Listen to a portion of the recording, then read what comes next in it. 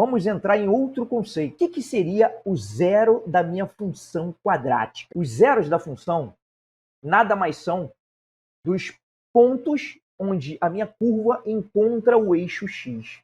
E quando isso acontece, eu tenho y igual a zero. Então, olha só, se eu tenho aqui, ó, meu f de x, que no caso é meu y, igual a ax ao quadrado mais bx mais c, o meu zero vai acontecer quando? O meu zero vai acontecer quando esse camarada aqui, todo esse lado, que é o meu y, for igual a zero. Então, quando isso tudo for igual a zero, eu encontro os zeros da minha função. Certo? Agora, olha só.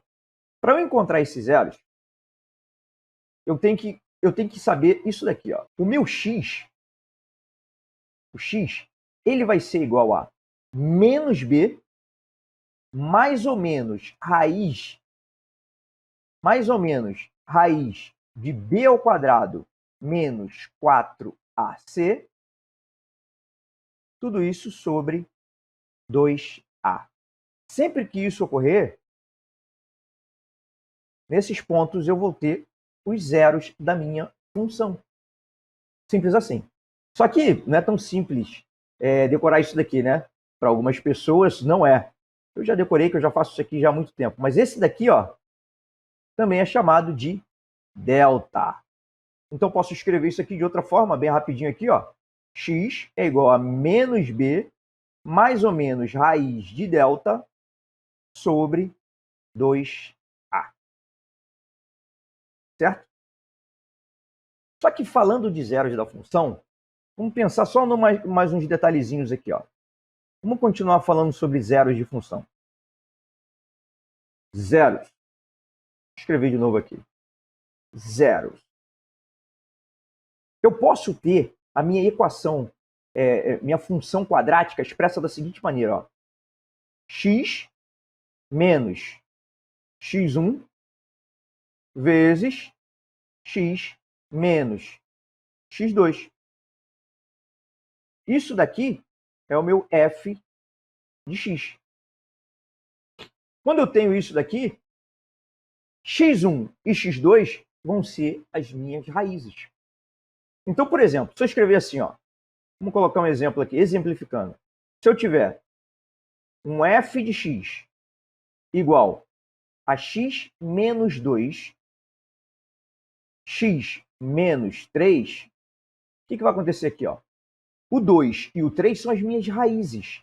São os pontos onde o meu y vai tocar o eixo x. Então, por exemplo, se eu colocar o x igual a 2 aqui, ó, 2 menos 2 dá 0. E vai zerar tudo isso daqui. Se eu colocar o x igual a 3, 3 menos 3, 0. Vai zerar isso aqui tudo. E esse gráfico ele ficaria da seguinte maneira. Ó. Aqui são os meus eixos, x e y, muito mal desenhados.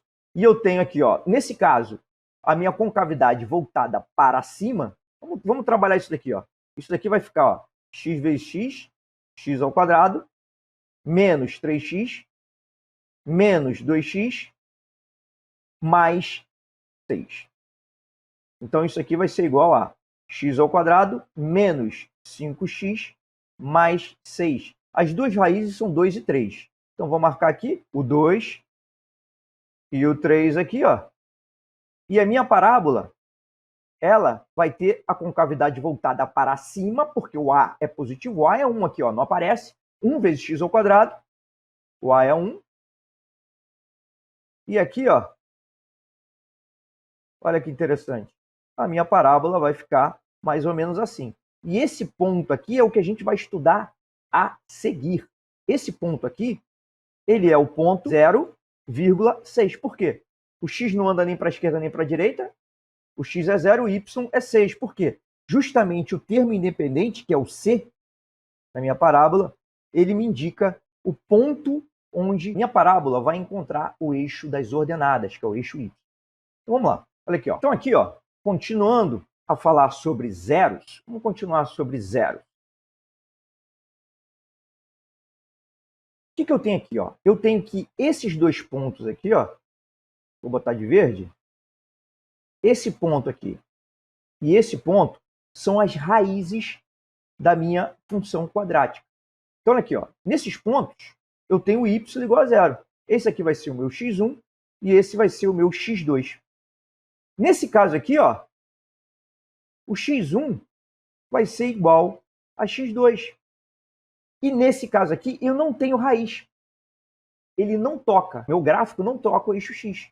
Então, olha aqui que eu posso fazer. Ó. Como é que eu vou saber, em que condições, o que eu tenho que analisar para saber se o meu gráfico vai ou não tocar o eixo das abscissas, que é o eixo x? Eu tenho que olhar para o delta. E o delta é quem? Ó? É aquele b ao quadrado menos 4ac. Lembrando que b, a e c, a, b e c, eles são aqueles coeficientes da minha função, né? ax ao quadrado mais bx mais c. Tudo bem? Então, sempre que o meu delta, nesse caso aqui, ó, quando eu tiver duas raízes reais, olha aqui, ó, ou seja, dois pontos de encontro entre o meu gráfico e o eixo x, que é o eixo das abscissas, quando isso acontecer, o meu delta é maior do que zero. Quando eu tiver somente um ponto de interseção entre o meu gráfico e o eixo das abscissas, o meu delta é igual a zero. E quando eu não tiver ponto de interseção, que é o terceiro caso aqui, o meu delta é menor do que zero. Tudo bem? Olha aqui, ó. Vamos continuar aqui com mais exemplos. Olha aqui, ó. É o mesmo caso aqui, ó. A minha concavidade está voltada aqui para baixo, mas agora eu não estou vendo a concavidade. Quem me indica a concavidade é justamente o valor de ar, do coeficiente A, que multiplica o x ao quadrado. Mas aqui agora a quantidade de raízes que eu vou ter depende do delta. Então, nesse caso aqui, o delta é maior do que zero. Por quê? Porque são dois pontos de encontro. Quando isso acontece, o delta é maior que zero, porque eu tenho dois pontos de encontro. Aqui, ó, delta igual a zero. E aqui, por último, o delta menor do que zero. Quando o delta é menor que zero, eu não vou ter encontro. Mas por que isso acontece, hein? Por quê? Você lembra que eu falei que o x, que é a raiz, né? As raízes, eles são expressos por menos b, as raízes são expressas por menos b, mais ou menos raiz de delta sobre 2a. Quando o delta for maior do que zero, tudo bem, eu tenho mais ou menos, vão ser duas raízes reais. Quando o delta for igual a zero, aqui vai dar zero. Então não interessa se eu vou somar ou subtrair. E aqui vai dar zero, eu só vou ter uma raiz real. Agora, quando o delta for menor que zero, não vou conseguir calcular esse radical aqui. Porque o índice aqui é par. E aí eu vou ter a raiz de um número negativo. Não tem como.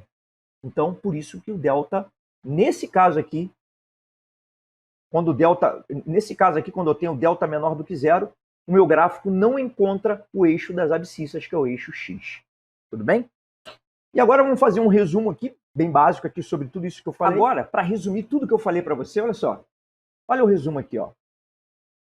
Esse é o resumo. Eu tenho 6 casos possíveis para eu conseguir mesclar as informações da concavidade da parábola, né?